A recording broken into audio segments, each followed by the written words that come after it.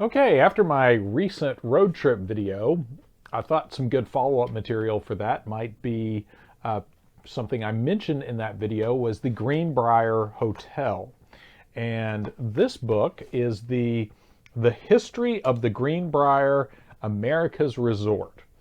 Now, quick word, but to any of you who are interested in this book or the material therein, real important to get one of the editions from 1998 or after. And the reason for that you will see very soon. The first part of this book, probably this this much of the book, is just the standard plain vanilla history of the Greenbrier Resort Hotel. And this is a hotel with a rich history there. It's in White Sulphur Springs, Virginia. Let me see. I can't remember if it's West Virginia or Virginia proper. But this was originally published in the I think in the 80s, and then they updated it, as I'll explain here in a little bit. But it doesn't have an author plainly listed. But at any rate, this is in White Sulphur Springs. I can't remember if it's Virginia or West Virginia. It's right on the border. But the original Greenbrier Resort, I think, is probably about 100 years old or older, and has a long history of cooperation with the U.S. government. I think during World War II, they converted over to kind of a military hospital, and anyway, lots of interesting history there if you are curious about that. But here's what I wanted to talk about specific to my stories about underground facilities and all that. And if you're watching this video, you're probably not curious about the World War II history of the Greenbrier Hotel, because that's pretty dry reading. The interesting thing about this is in 1992, May 29th of 1992, the Washington Post released their special edition or whatever it was, where they had a reporter by the name of Ted Gupp, and you can look him up. He's written the CIA Book of Honor, which is also kind of a weird thing. But Ted Gupp did an expose about the Greenbrier Resort, that the Greenbrier Resort was below the Greenbrier Resort was a massive bunker that was big enough to house Congress, and that this had been operating since the 60s. And he went into great detail, disclosing all the details of the Greenbrier Hotel. And one of the things in the last part of this book is, after he made it public, then the bunker was retired and shuttered effectively. And then I think a few years later, it was turned back over to ownership of the hotel. So technically, the U.S. government owned the bunker section, and the hotel remained private.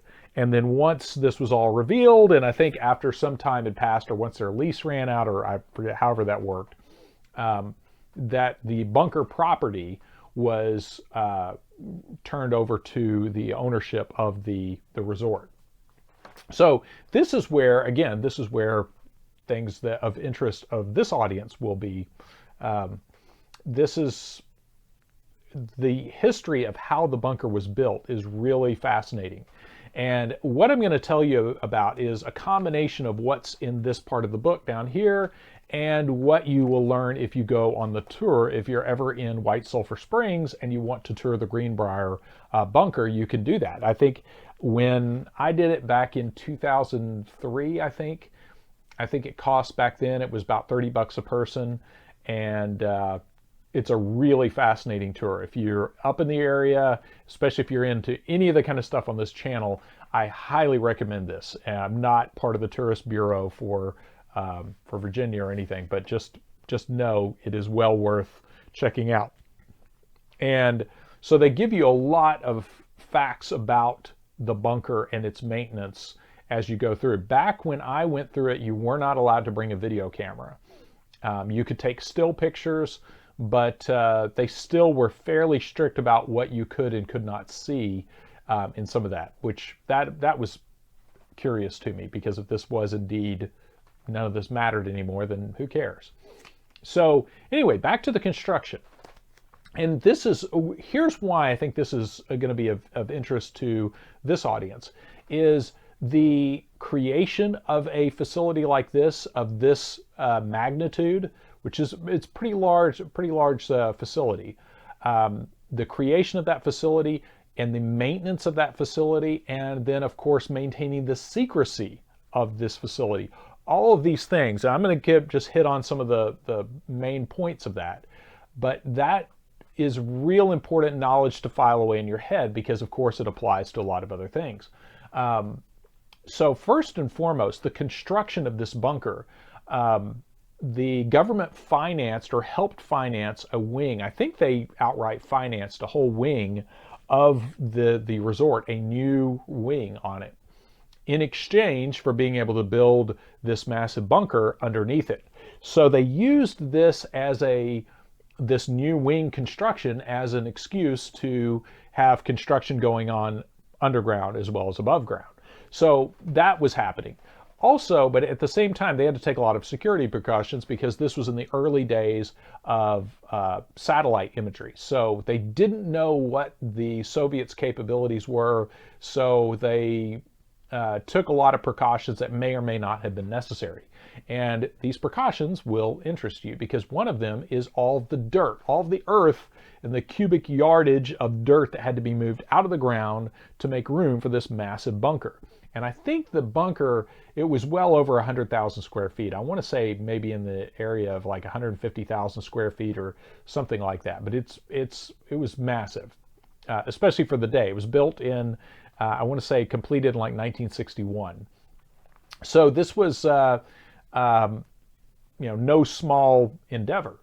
And to hide all of this earth that had to be moved out, they knew that, or they had a pretty good idea that the Soviet satellites were probably watching this. And so what they did was they calculated how much dirt would logically need to be moved for, say, the excavation of a basement or something to that effect, because this was going to have a basement or sublevel or whatever on it. So they calculated that, and they moved that amount of dirt across the street to fill in this area to create a parking lot for the church across the street. So they figured if the Soviets were paying attention to that they would see the appropriate amount of dirt winding up over here to create this new berm where this church built their new parking lot. All the other dirt they moved by truck, and I can't remember if this was at night or not, but they moved it by truck and spread it out over a massive area and raised the golf course of the resort up by about 5 feet. The entire level of the golf course was raised by about 5 feet, I think, if I remember right.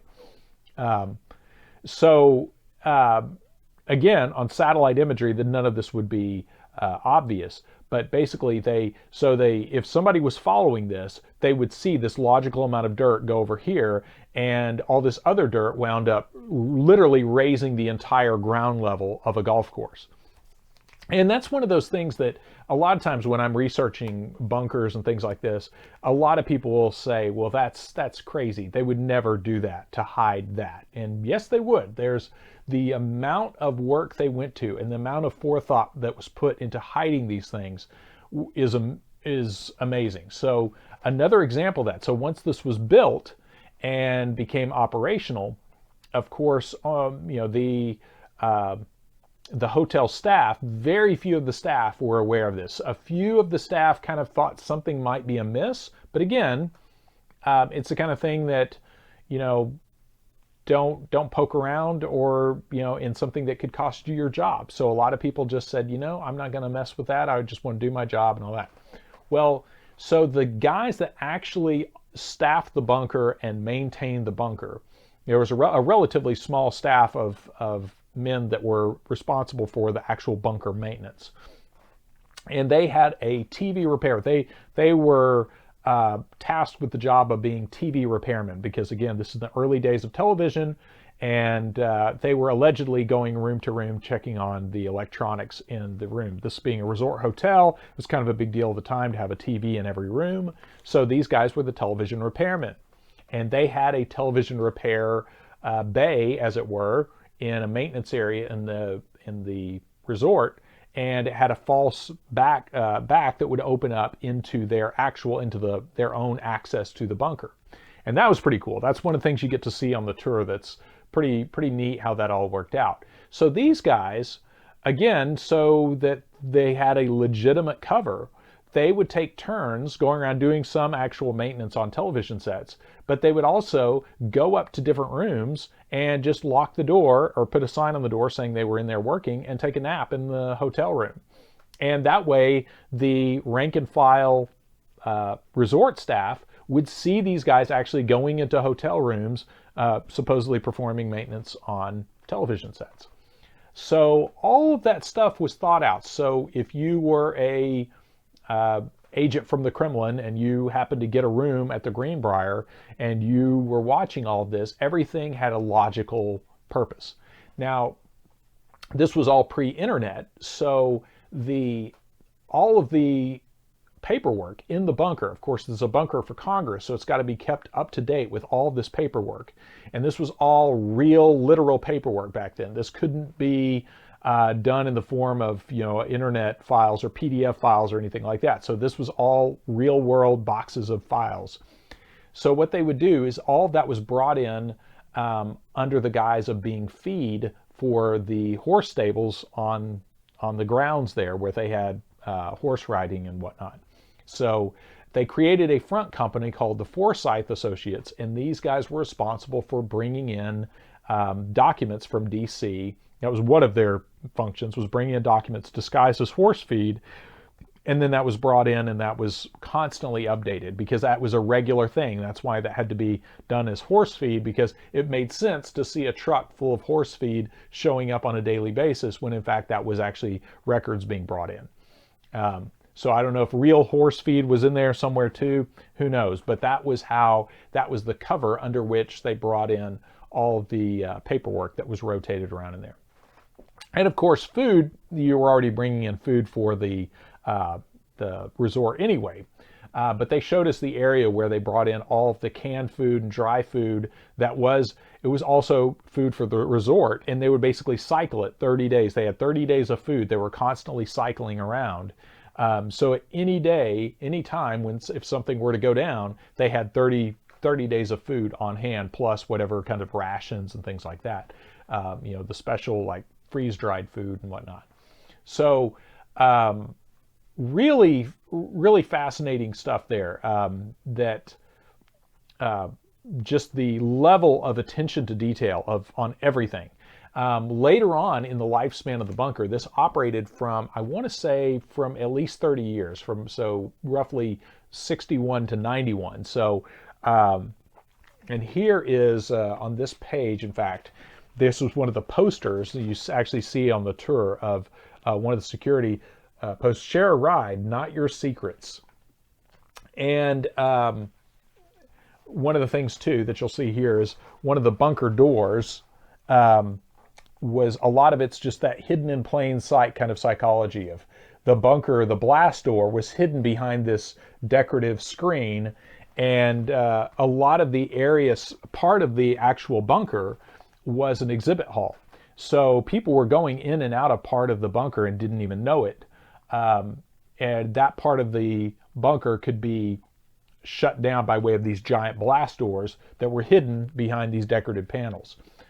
So a lot of fascinating architecture there, just a really fascinating look into the Cold War infrastructure with all that. So the other thing that was interesting is how they kept people away from some of the surface buildings that were like escape exits or escape hatches or antenna towers and things like that, because if something went down, they had these giant retractable antennas that would come up out of the ground so they could communicate with whoever was left. So, but all of those were disguised as like equipment sheds on the grounds of the resort, and they would have high voltage signs. And as the guy explained to us, he said, people don't want to mess with stuff that could get them shocked and killed. So if you see a high voltage sign, you tend to turn away. So a lot of interesting things like that again, everything was well thought out and designed to preempt some of the questions that might come out. And one of the other things that they explained to us was because this was such a secure facility, and back then had to be extra secure because um, in 61, this particular facility, what's called cut and cover construction, where they excavate a large cavity, build this base in there, and then cover it with dirt or cover it with another building or whatever.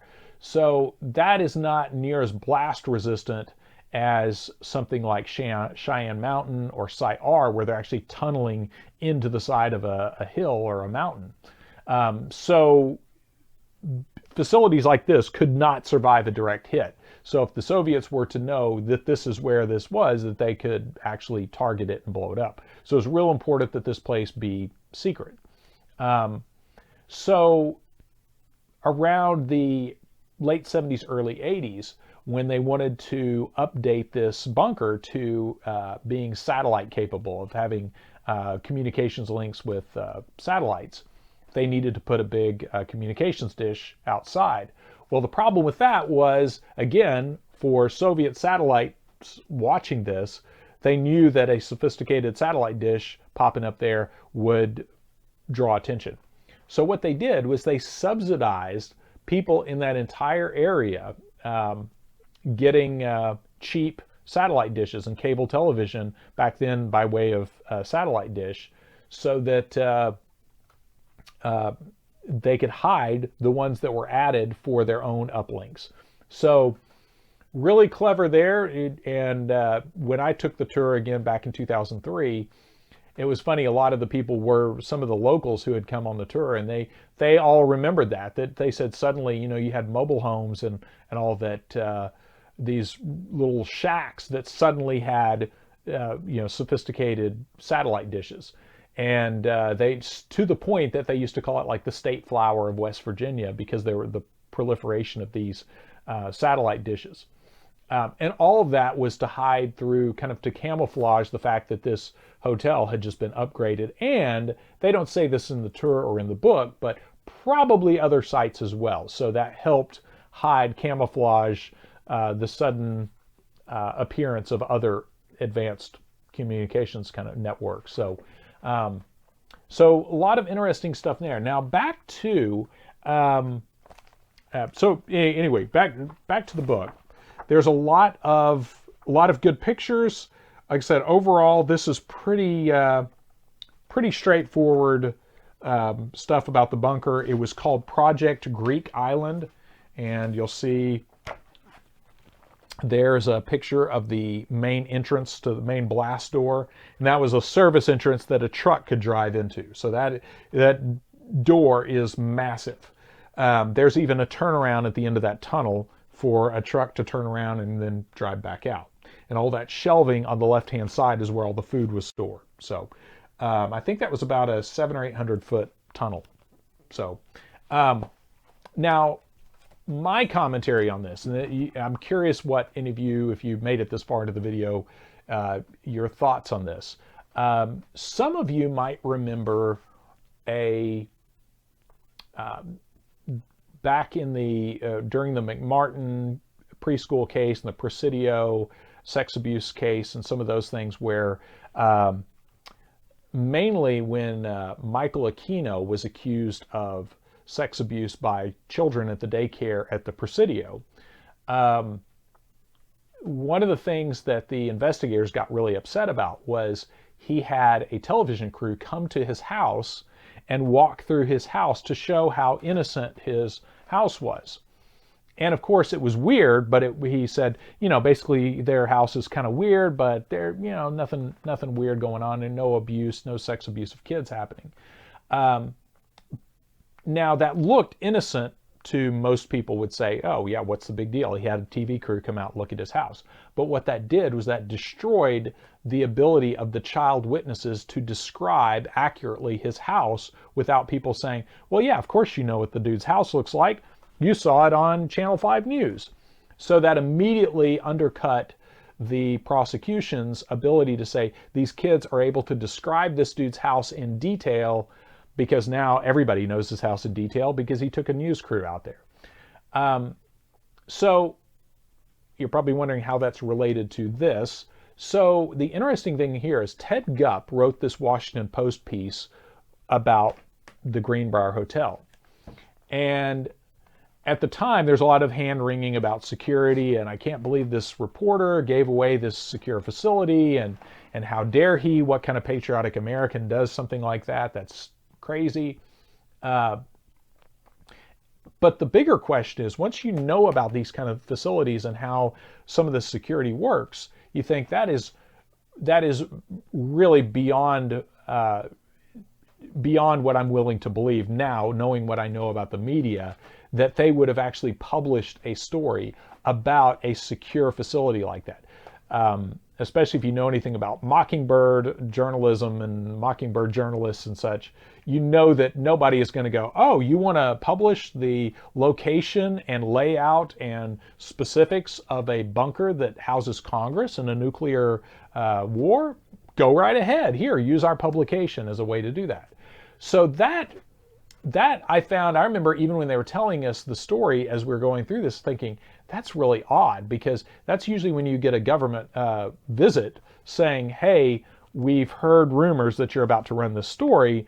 We're not cool with this. You need to retract that right now. Because there's plenty of other cases where similar things have happened in history, where somebody was about to run a big story and they got told politely, yeah, you should probably sit on that, or how about you run it this way instead?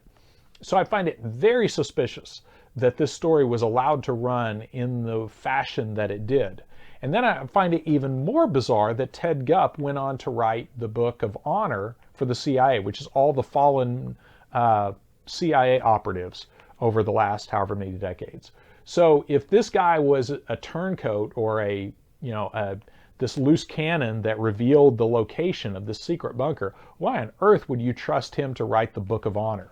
So it tells me he got a little, he did what he was told, and then he got thrown a bone of, here, you get to write this book. So I find that really odd, and that's what leads me to ultimately the point of reviewing this and talking about all this, is I wonder if the revelation of this bunker was a similar thing to Michael Aquino's house. If there was something happening in that bunker, or if there's something that was about to happen with this bunker, or that revealing it in the Washington Post article then undercut those efforts at whatever that was. Be it somebody was about to talk, somebody was about to reveal the real purpose of some of these facilities, and by revealing it in the Washington Post, whatever their first-hand account was no longer mattered, because they could have just pulled that out of the Washington Post. So I wonder if there was something like that going on, because again, they could have easily, if they wanted to just retire this bunker, that was an easy thing to do without running a Washington Post story. And there's plenty other things to do like that. But that's just a really odd, it's very odd that that story was allowed to run, a story that would compromise a major underground facility like that. Again, there's plenty of other places up and down the East Coast that are way more secret, way more secure, or I should say less secret, that you would have a hard time talking about even today. Like I mentioned in a previous video, I've had the little pins pulled out of places on Google Earth that I've marked that are way less sensitive than something like a bunker for Congress. So anyway, I hope you enjoyed it. That's my take on the history of the Greenbrier, America's Resort. This edition is from 1998. So if you want any of the editions that talk about the bunker, you'll need something from probably the late 90s. Again, this is from 1998. If you get something earlier than that, they're going to talk like the bunker doesn't exist. So fascinating Cold War history, and more importantly to this audience is just seeing how that sort of secret world works. Seeing how the efforts that are made to hide a major facility like that under regular civilian infrastructure. Because it's the kind of thing that if you were to tell someone that you thought there was a major underground bunker under the Hilton down the street, they'd be like, yeah, you're crazy, dude. But obviously there is a precedent for that. So there you go. Thanks again for watching.